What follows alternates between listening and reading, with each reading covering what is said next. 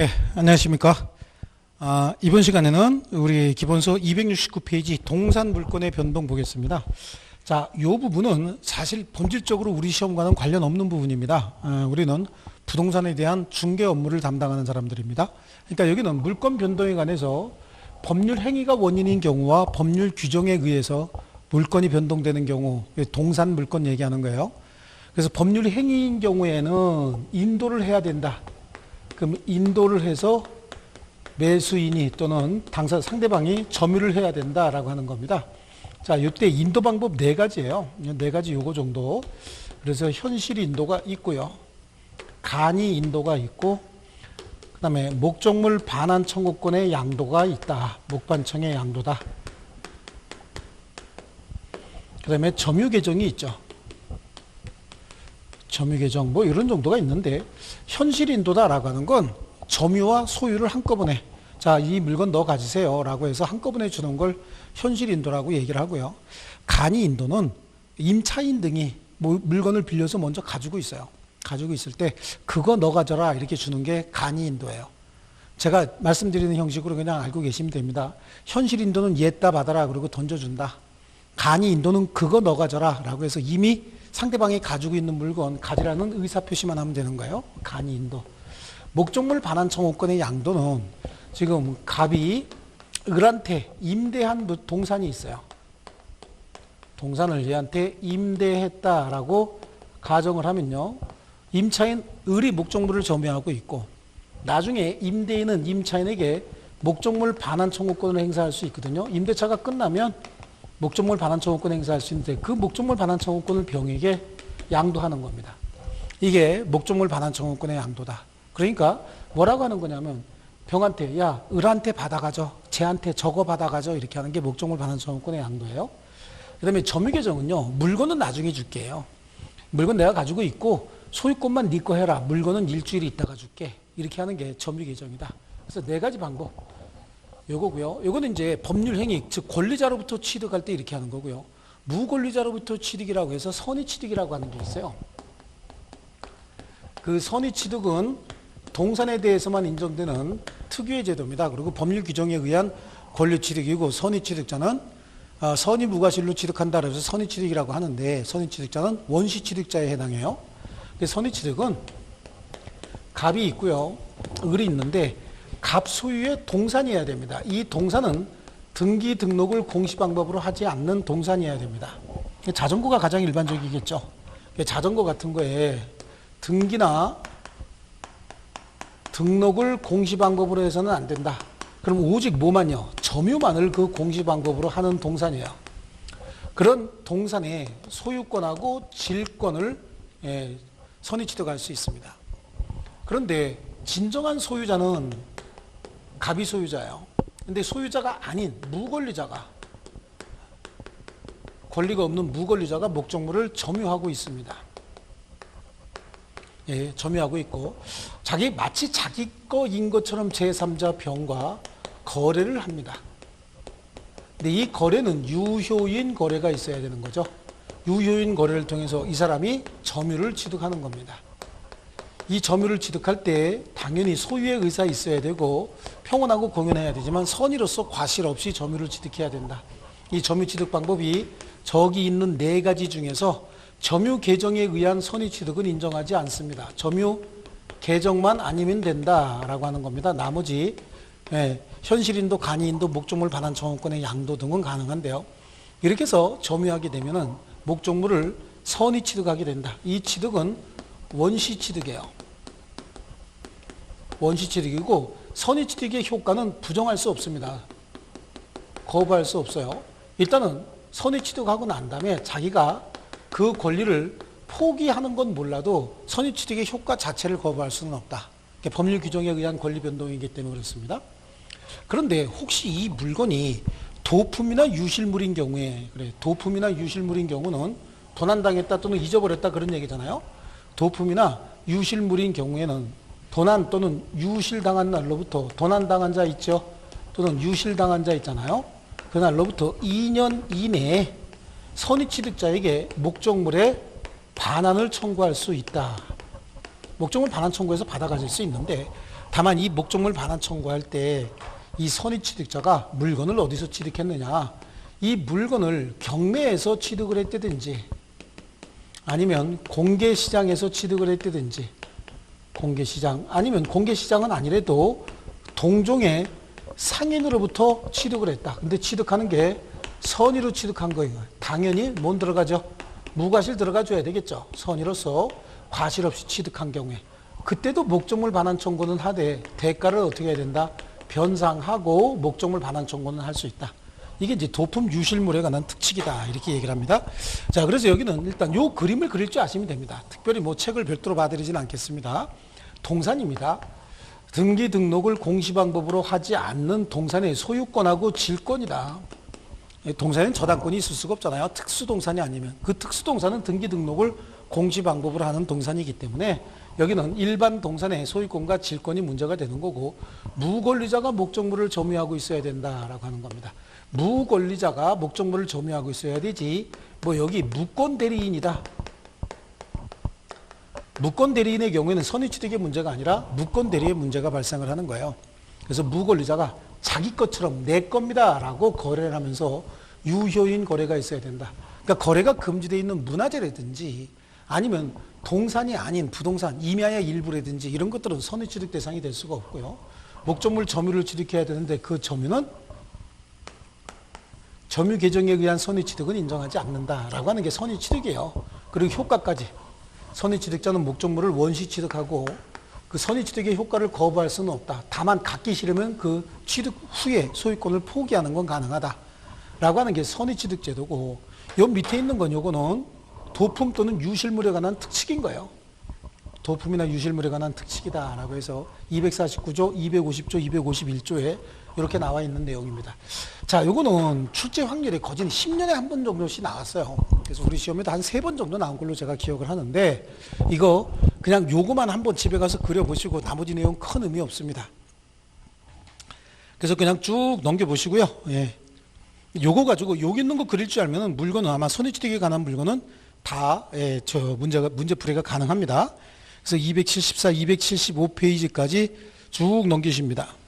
그래서 277페이지 보면은 요게 아마 우리 시험에 나왔던 기출문제로 기억이 되는데요. 277페이지 보면은 선의취득에 관한 설명으로 옳지 않은 거 틀린 거 한번 찾아봐라. 요 표 안에 있는 거 갖고 다 해결이 됩니다. 타인의 살림을 자기 것으로 알고 잘못해서 벌채하는 경우에 선의취득에 적용이 없다. 살림이라고 하는 건 부동산이잖아요. 임야의 일부죠. 선의취득 적용 없습니다. 양수인은 평온 공연 선의 무과실로 동산을 양수하고 점유해야 되는데 판례는 양수인의 무과실은 추정되지 않는다. 우리 시험에 무과실이 추정되는 거 딱 하나 있어요. 무과실이 추정이 됩니까? 라고 해서 추정적 효력 중에서 무과실이 추정되는 거, 무과실 추정은 어디에 있죠? 등기 내용을 신뢰한 자, 등기를 신뢰한 자, 신뢰하고 거래한 자는 보호가 되느냐 안 되느냐 그 문제가 아니라 무과실이 추정되느냐라고 할 때 딱 하나예요. 무과실이 추정되는 건 딱 하나다. 뭐죠? 등기 내용을 신뢰한 자, 무과실이 추정된다. 이거 이외에 나머지는 무과실 추정되는 경우가 없어요. 자, 그 다음에 양수인은 점유를 취득해야 되는데 그 점유의 유형에 점유 개정도 포함된다. 틀렸죠? 점유 개정은 포함할 수가 없습니다. 자, 그 다음에 넘겨보시면 4번에 선의취득에 의해서 취득할 수 있는 동산 물권은 소유권과 질권 두 가지뿐이고요.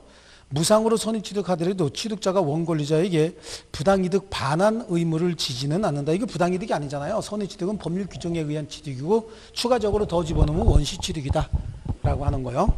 이런 정도 보시면 되겠습니다. 그 다음에 임목등기 명인방법. 이 임목등기 명인방법은 관습법상의 명인방법하고 임목등기는 그 임목법이라고 하는 거, 임목에 관한 법률, 임목법에 의해서 임목등기도 가능합니다. 네, 이거는 그렇죠.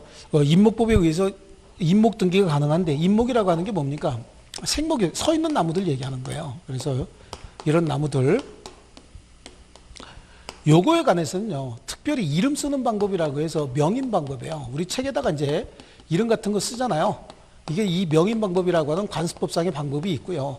또 하나는요, 실정법상 임목법에 의해서 임목등기가 가능합니다. 그래서 임목등기를 하게 되면은 소유권을 등기할 수도 있고요. 저당권도 등기할 수 있다.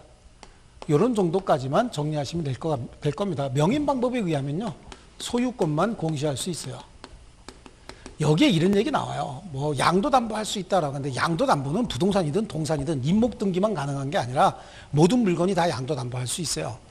그러니까 임목등기와 명인방법의 차이는, 명인방법은 소유권과 저당권이 공시되지만 명인방법에 의하면 소유권만 공시된다. 이 차이가 차이점을 만들어내는 겁니다. 자, 그 다음에 279페이지 보니까 물건의 소멸이죠. 물건의 소멸도 굉장히 다양한 원인이 있어요. 당연히 목적물이 멸실되면 그 목적물 위에 존재하던 물건은 소멸해야 되죠. 그런데 우리 담보물건, 저당권과 같은 담보물건 또는 질권과 같은 담보물건은 물상대위가 가능한 경우도 있습니다. 그래서 상대적 소멸에 해당하는 경우도 있다. 그건 우리 저당권에서 물상대위를 공부하면 충분할 거고요. 그 다음에 소멸시효인데, 소멸시효는 물건이 소멸시효에 의해서 소멸하는 건 용익물건밖에 없습니다. 지상권, 전세권, 지역권인데, 지상권과 전세권은 약간의 이론의 여지는 있어도 소멸시효 대상이다라고 하는 건 변함은 없어요. 근데 지상권은 최단 존속기간이 30년 이상짜리도 있기 때문에 그것들을 어떻게 해결할 거냐? 그거는 별도의 이제 논란이 있긴 있어요. 하지만 15년이나 5년짜리 같은 거, 이거 소멸시효 적용 대상이 되느냐 안 되느냐? 글쎄 된다, 일반적으로. 그 다음에 전세권도 최장 기간이 10년 이하로 하기 때문에 소멸시효에 논란거리는 있어요. 하지만 일반적으로 소멸시효 대상이 된다. 논란은 있지만 된다라고 얘기를 합니다. 왜 그럴까요? 용익물건이기 때문에 그래요. 그래서 지역권은 예외 없이 20년의 소멸시효에 걸린다고 합니다. 나머지 물건도 20년의 소멸시효 걸린다라고 하면 그냥 맞는 걸로 합니다. 그래서 소멸시효에 의해서 소멸하는 물건은 용익물건 하나밖에 없다. 이렇게 이해하시면 되겠고요. 그 다음에 스스로 물건을 포기했다라고 하는 겁니다. 물건을 포기했는데 점유만으로 공시하는 물건 같은 경우는 포기하면 점유도 포기해야 돼요.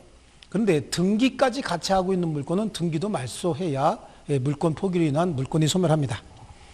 그 다음에 혼동이라고 하는 거 있죠. 혼동은 병존할 수 없는 두 가지 이상의 권리가 같은 사람이 귀속이 됐을 때 그 중에 보존 가치가 없는 권리가 어떤 거냐라고 해서 보존 가치가 없는 권리를 소멸시켜주는 걸 혼동이다, 이렇게 얘기를 합니다. 보존 가치가 없는 권리를 소멸시키는 겁니다. 자, 예를 들어서 우리가 제한 물건과 소유권을 두 개를 같이 갖게 됐다. 그러면 제한 물건보다는 소유권이 포괄적이고 훨씬 더 많은 권리를 행사할 수 있어요. 그리고 제한 물건은 소유권 안에 다 포함하기 때문에 제한 물건을 굳이 가지고 있을 필요 없다. 그때 제한 물건은 혼동으로 소멸한다, 이렇게 얘기를 하는 건데요. 이제 표시를 이렇게 해볼게요. 갑이 소유자입니다.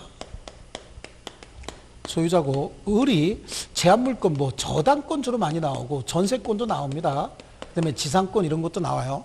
이런 것도 나오고, 이게 주로 많이 나오는 거지. 다른 제한 물건도 다 들어갈 수 있어요. 그런데 이런 때로 있었던 게 아니라 세 번째, 을이 이 물건의 소유권을 취득하면서 여기 지어줬다라고 할게요. 그렇죠. 지어줬으면 결국은 자기 소유물에 자기가 저당권, 전세권, 지역권, 지상권 뭐 이런 거 같은 제한물권을 갖게 되잖아요. 그럼 이거는 혼동으로 소멸한 걸로 보는 겁니다. 지어지지 않았어도 이건 소멸한 거예요. 이게 원칙입니다. 그래서 병존할 수 없는 두 가지 이상의 권리가 같은 사람에게 귀속이 됐을 때 이 중에 보존 가치가 없는 권리를 소멸시키는 걸 혼동이다, 이렇게 얘기를 합니다. 혼동에 의해서 물건뿐만 아니라 채권도 혼동에 의해서 소멸합니다. 자, 이 혼동과 관련돼서는요, 자, 원칙이 이거라고 하는데 예외적으로 혼동으로 소멸하지 않는 경우도 있어요. 이 혼동으로 소멸에 대한 권리가, 소멸해야 되는 이 권리가 다른 권리의 제3자 권리의 목적이 돼 있다. 이게 말이 좀 어렵긴 한데요. 제3자 권리의 목적이 됐다라고 하는 건, 자, 갑이 소유권을 가지고 있었고, 두 번째, 을이 전세권이나 지상권을 가지고 있었는데 이 전세권이나 지상권 밑으로 부기등기가 하나 들어오는 거죠.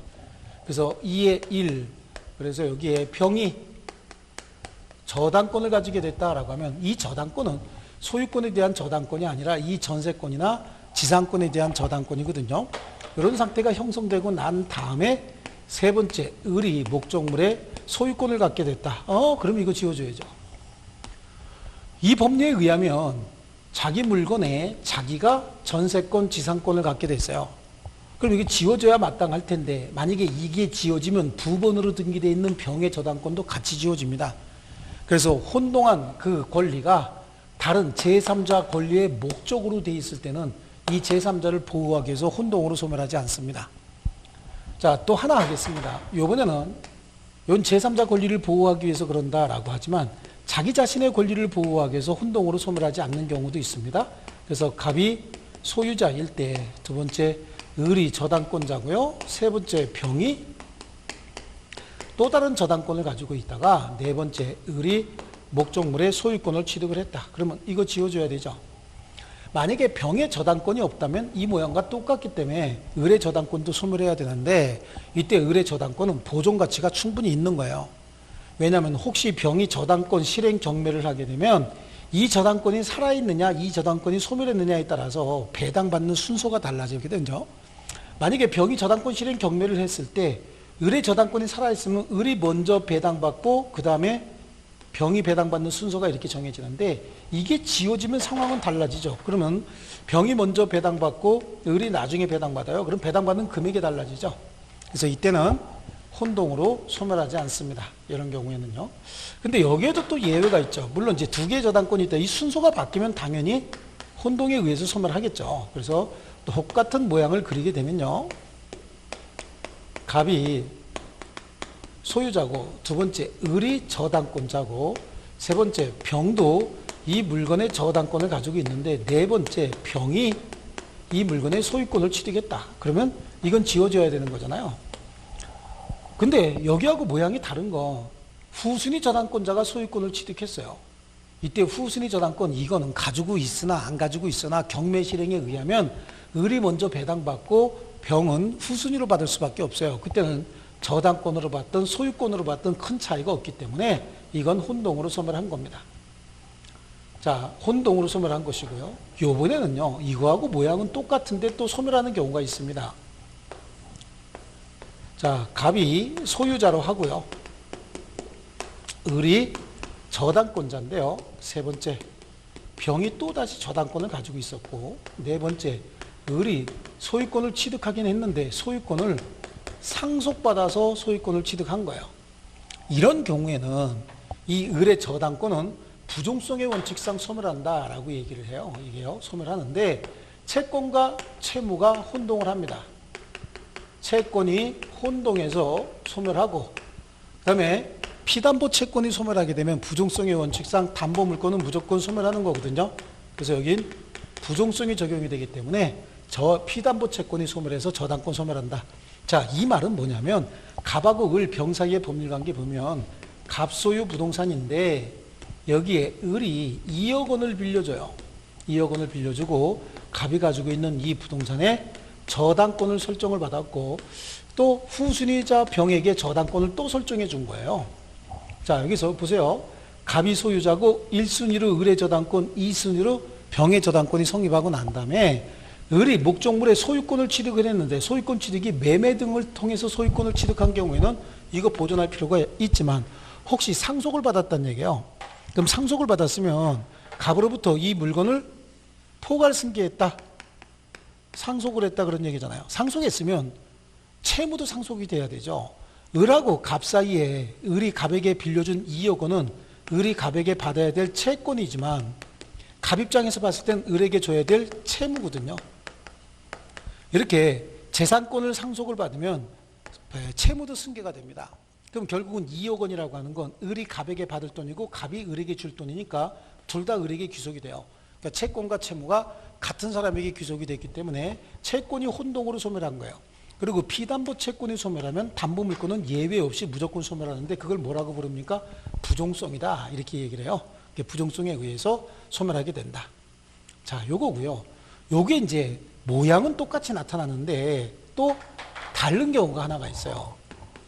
어떤 경우냐면 정에게 을이 돈을 빌려줍니다. 똑같이 2억 원을 빌려주는데 정은 알그지인가 봐요. 그러니까 정의 친구 갑이 자신의 부동산으로 담보를 제공해서 저당권을 설정을 하는데 이게 아버지인가 보죠. 그리고 이 사람이 또 후순위로 병에게 또다시 저당권을 설정을 해줍니다. 그러면 지금 갑소유 부동산에 대한 등기부를 보면 이거하고 모양이 똑같죠. 소유자 갑이고요. 1순위 저당권자 을이고 2순위 저당권자 병인데 그런데 이분이 돌아가신 겁니다. 돌아가셔서 이 부분을 상속을 받았다라고 하는 거예요.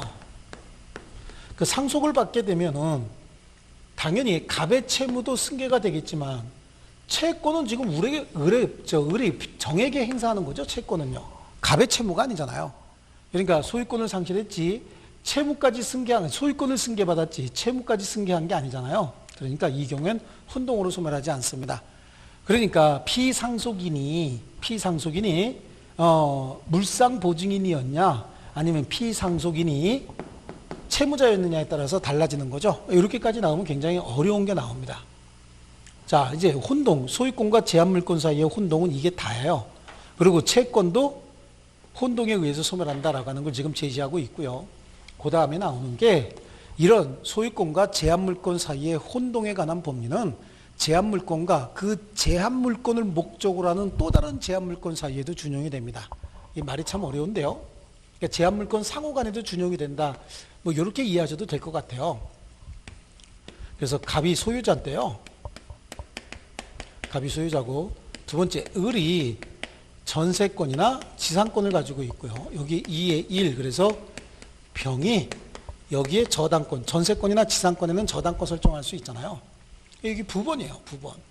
자, 그 다음에 2 그래서 을이 병이죠. 병이 이 전세권이나 지상권을 취득을 했다는 거죠. 그럼 여기 소멸했다 그런 얘기잖아요. 이게 지워진 거예요. 병이 자기가 빌려준 담보를 잡고 빌려준 전세권이나 지상권을 병이 취득했다. 그럼 이 부분은 여기로 오는 거거든요. 그럼 자기 전세권, 자기 지상권에 자기가 저당권을 갖게 된 거니까 이거는 혼동으로 소멸해야 되거든요. 요 저당권은 혼동으로 소멸해야 되는데 이 혼동으로 요걸 소멸시키려고 하면 뭐 그냥 간단하게 그걸로 끝나면 되는데 만약에 혹시 후순위의 저당권이 하나 더 있다는 거죠. 정이라고 하는 자가 여기에 저당권을 또 가지고 있다. 이런 경우에 이 저당권을 혼동으로 소멸시키면 혹시 정이 저당권 실행 경매로 전세권이나 지상권을 처분하게 되면 그땐 배당 금액 가지고 병이 먼저 변제받고 정이 변제받아야 될 순서를 이게 지워지고 나면 정이 먼저 배당을 받고 남는 걸로 병이 받을 거 아니겠어요? 그러니까 이건 뭐하고 똑같아진 거죠? 이거하고 똑같은 거야. 그러니까 소유권과 제한물권 사이에 혼동에 관한 범위는 제한물권 상호 간에도 그대로 준용이 됩니다.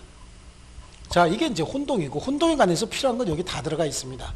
물론 이 권리가 저당권, 전세권, 지상권으로 제가 설명을 했지만 이게 대항력 갖춘 임차권일 수도 있어요. 임차권일 수도 있고 뭐 당연히 뭐 여러 가지 권리 다 들어갈 수 있습니다. 여기 있는 거 말고 모든 권리든지 다 마찬가지인데 보존 가치가 있는 권리냐 아니냐라고 하는 게 중요한 겁니다.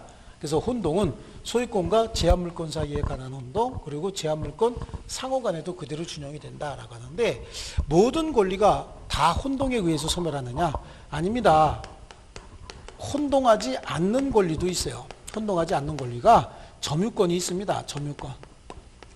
이 점유권은 모든 권리와 다 병존합니다. 혼동으로 소멸하지 않습니다. 그 다음에 광업권이라고 하는 게 있어요. 이 광업권도 혼동으로 소멸하는 권리가 아닙니다. 토지와 완전히 별개의 권리로 봅니다. 그래서 혼동으로 소멸하지 않는다라고 하는 거 하나 하고 자 이렇게 갑하고 을 사이에 토지에 대한 매매 계약이 있어서 을이 소유권을 취득하는 줄 알았는데 둘 사이의 매매 계약이 원인 무효로 밝혀졌다는 거죠. 그럼 둘 사이에 매매 계약이 없었던 게 되는 거예요. 그럼 혼동으로 소멸했던 권리도 다시 소멸하지 않았던 것으로 돼서 부활해야 되는 겁니다. 자, 요게 혼동이었고요. 지금 우리 책의 280페이지에 보면은 혼동 뭐 서로 대립하는 두 개의 법률상 지위가 동일인에게 귀속될 때 이 중에 보존 가치가 없는 걸 소멸시키는 건데 191조에 동일한 물건에 대한 소유권과 다른 물건이 동일한 사람에게 귀속이 됐을 때 여기서 다른 물건은 제한물권 얘기하는 거거든요.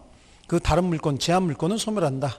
그러나 그 물건이 제3자 권리의 목적이 된 때는 소멸하지 않는다. 제3자 권리의 목적이 됐다. 다른 물건이 제3자 권리의 목적이 됐다. 이거 얘기하는 거죠. 그때는 소멸하지 않습니다. 자, 그래서 밑에 있는 사례가 그대로 나오는데 이 사례 이상 더 할 건 없어요. 이게 물론 전세권, 지상권이 들어가고 저당권이 이렇게 들어가 있는데 가장 많이 나오는 사례를 제가 집어넣은 겁니다. 예, 다른 권리들도 들어갈 수 있어요. 자, 이런 정도에서 예외적으로 소멸하지 않는 경우가 280페이지 맨 밑에 제한물건이 제3자 권리의 목적이 됐다라고 하는 거고요. 오른쪽 페이지로 가면요. 제191조 1항 단서를 확장한다. 확장한다 이거 얘기하고 싶은 거예요. 지금요. 조금 더 확장한다라고 하는 거고요. 예, 좋습니다. 그래서 밑에 있는 설명들도 다 저는 저당권이라고 했지만 저당권이나 근저당권 같이 취급하시면 되는 겁니다. 자, 그 다음에 넘겨보시면 제한물권과 그 제한물권을 목적으로 하는 다른 권리와의 혼동. 그래서 191조 제2항에 보니까 전환규정은 소유권 이외의 물권, 그러니까 소유권 이외의 물권은 뭘 얘기하는 거예요? 제한물권 얘기하는 거잖아요. 제한물권과 그를 목적으로 하는 다른 권리, 그 다른 권리도 또 제한물권이에요. 그러니까 제한물권 상호간에도 그대로 준용이 된다. 그런데 점유권에는 전 2항의 규정을 적용하지 않는다라고 하잖아요. 점유권은 혼동에 의해서 소멸하지 않는 권리예요. 근데 그 점유권뿐만 아니라 광업권도 혼동에 의해서 소멸하지 않는다. 맨 밑에 나올 겁니다. 그래서 권리의 성질상 혼동으로 소멸하지 않는 경우 점유권은 혼동되지 않는다고 다시 한번 나오고 있고요. 그 다음에요. 맨 밑에 줄에 보면은 광업권도 토지 소유권과 별개의 권리이기 때문에 혼동으로 소멸하지 않는다. 이런 얘기가 나오고 있죠. 그래서 광업권도 소멸하지 않습니다. 그 다음에 283페이지 보니까 혼동에 의한 물권 소멸의 효과는 절대적이다. 그래서 혼동에 의해서 물권이 소멸한다. 이건 절대적으로 무조건 말소 등기 없이도 소멸한다. 그런 의미가 들어가 있는 거예요. 자, 그런데 양쪽 가로 2번에 혼동 원인행위의 부존재, 무효, 취소, 해제 등으로 효력을 상실하게 되면 혼동은 처음부터 없었던 게 된다. 자, 이렇게 원인이 존재하지 않았다. 또는 무효, 취소, 해제가 됐다. 그럼 법률관계는 소급해서 소멸하는 거잖아요. 이 법률관계가 소급해서 소멸했다는 얘기는 처음부터 혼동하지 않았다. 요 법률관계 얘기하는 거예요. 둘 사이의 법률관계가 소급해서 소멸해버리면 처음부터 혼동하지 않았던 걸로 봐서 권리는 소멸하지 않았던 걸로 봅니다. 다시 부활하게 된다라고 하는 거죠. 예, 그래요. 그래서 그 밑에 이제 그러나 혼동 거기 두 번째 줄에 보면 예컨대 뒷부분에 근저당권자가 그 설정자로부터 목적 부동산을 매수하여, 그렇죠. 근저당권자가 여기 저당권자예요. 저당권자가 갑으로부터 목적물을 매수해서 소유자가 됐다는 거죠. 예, 그래요. 목적 부동산을 매수해서 이전 등기 마치면 근저당권은 소멸하겠지만 후에 이전 등기가 원인 무효로 밝혀지면 혼동으로 소멸했던 근저당권은 다시 부활하게 된다. 자, 그 다음에요. 등기 여부, 혼동으로 인한 법률관계 변동은 절대적이라고 얘기했잖아요. 등기 여부하고 전혀 관계없습니다. 등기가 됐든 인도가 됐든 이런 건 따지지 않습니다. 무조건 법률 규정에 의해서 권리 변동하는 거기 때문에 등기 또는 인도하지 않아도 된다. 그 다음에 공용징수는 뭡니까? 공용징수는 수용을 얘기하는 거고, 몰수는요, 범죄 수익 같은 경우에는 이제 국가에서 몰수할 수도 있겠죠. 이런 경우에도 권리는 절대적으로 소멸하는 겁니다. 자, 다음 페이지에 보면은요, 그 대표 예제라고 해서 혼동으로 인한 물권 소멸에 관한 설명으로 옳지 않은 겁니다. 옳지 않은 건데, 갑소유 토지의 저당권을 가진 자가 후에 그 토지의 소유권을 취득하면 저당권은 소멸한다라고 돼 있잖아요. 여기 저당권 여기 나와 있죠. 요 모양 그대로네요. 저당권은 혼동으로 소멸해야 되고요. 자, 갑토지의 A가 1번 저당권을, B가 2번 저당권을 가진 경우에 B가 갑토지의 소유권을 취득하면 B의 2번 저당권은 소멸하지 않는다라고 하는데, 이거네요. 요 모양이잖아요. 요 모양에서 요거네요. 요거. 1번, 2번인데 2번 저당권자가 목적물의 소유권을 취득했대요. 그럼 당연히 이 2번 저당권 소멸해야 되죠. 이건 보존 가치가 없다고 보는 거 아니겠습니까? 예, 그래서 소멸하는 거고요. 그 다음에 3번, 갑토지의 지상권자가 동시에 지상권 위에 저당권을 취득하면 그 저당권은 혼동으로 소멸한다. 그런데 여기 보시죠. 이 모양이에요. 이게 2번 없는 겁니다. 2번에서 여기에 지상권자가 갑토지의 지상권자? 그렇죠. 여긴 이걸로 보시면 되겠네요. 이거 저당권이 아니고 지상권으로 나왔네요. 그러면요. 예.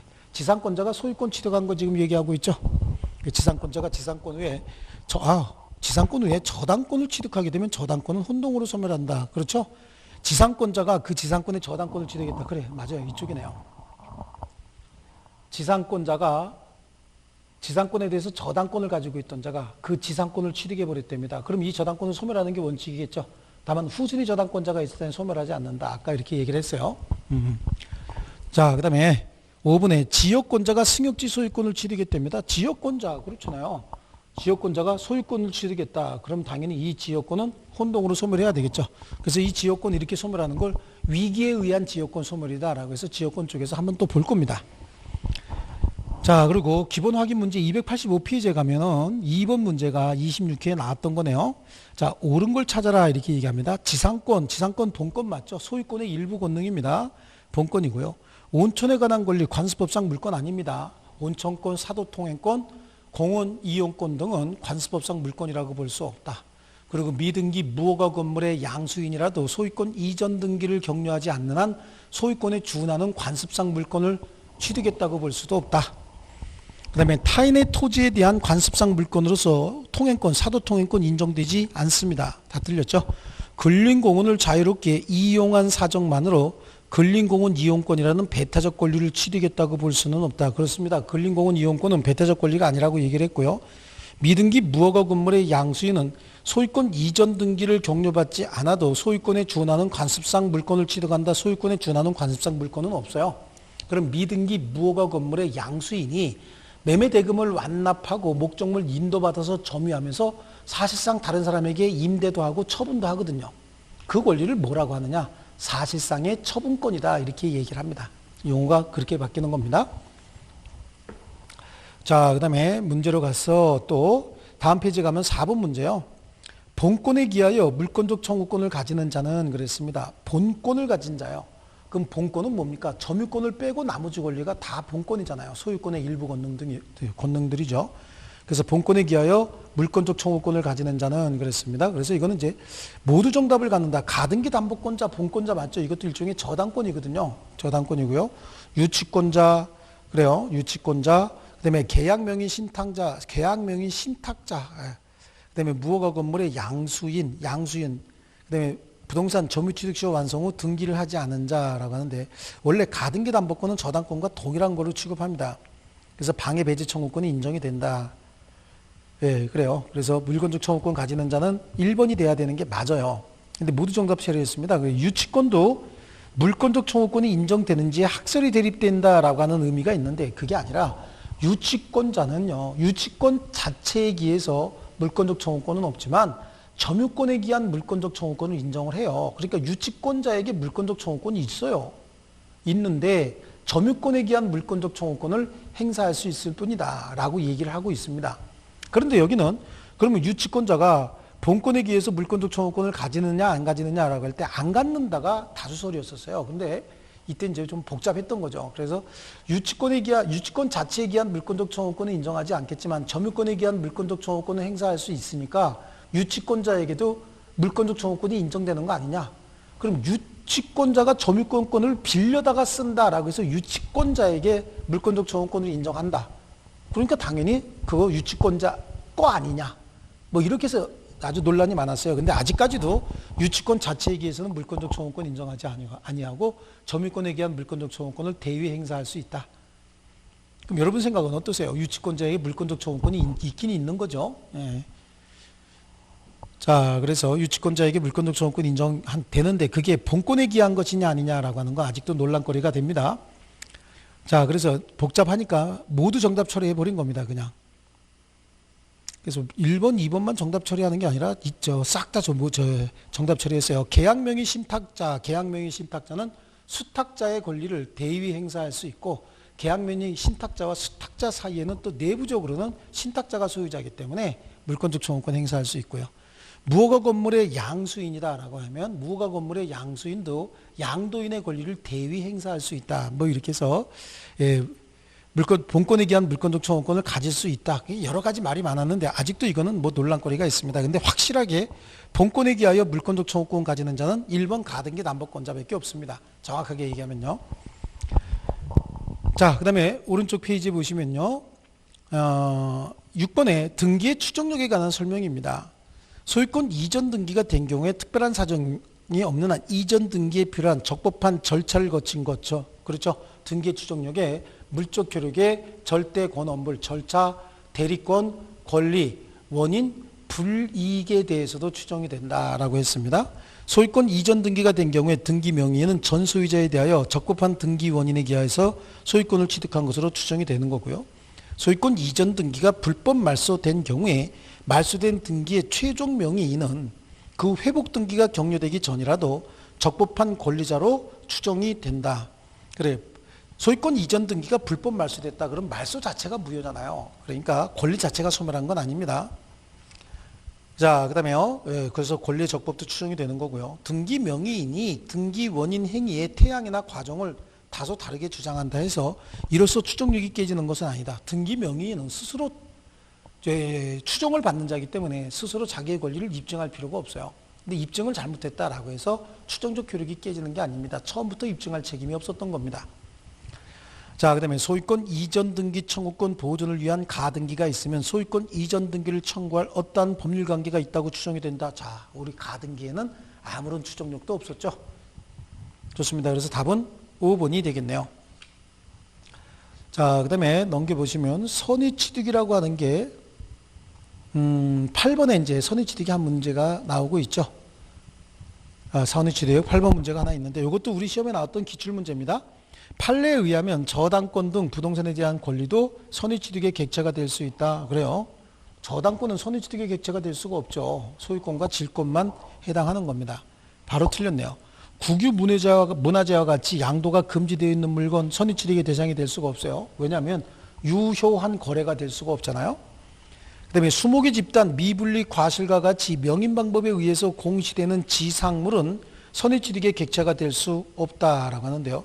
이렇게 수목의 집단 미분리 과실 이거 다 토지와 별개의 부동산으로 취급합니다. 또 유가증권에 대해서 법규가 따라 존재하므로 민법상 선의취득에 관한 일반 규정이 적용되지 않는다. 그래서 동산이에요. 동산인데 점유를 공시로 하는 그 동산만 인정이 됩니다. 유가증권이 아니고요. 그래서 이건 뭐 증권적 채권이다 이렇게 얘기를 하죠.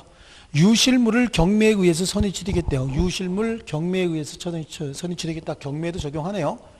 다시 선의로 취득한 경우에 유실자는 대가를 변상하지 않으면 그 물건의 반환을 청구할 수 없다. 맞죠? 예, 좋습니다. 그래서 대가를 변상해야 반환 청구할 수 있다. 자, 이런 정도로 하겠습니다. 이렇게 하고요. 뭐 혼동이다라고 하는 건 앞에서 봤던 문제니까 그걸로 하고 넘겨보시면 290페이지에 점유권과 소유권 요거는 다음 시간에 계속하겠습니다. 수고하셨습니다.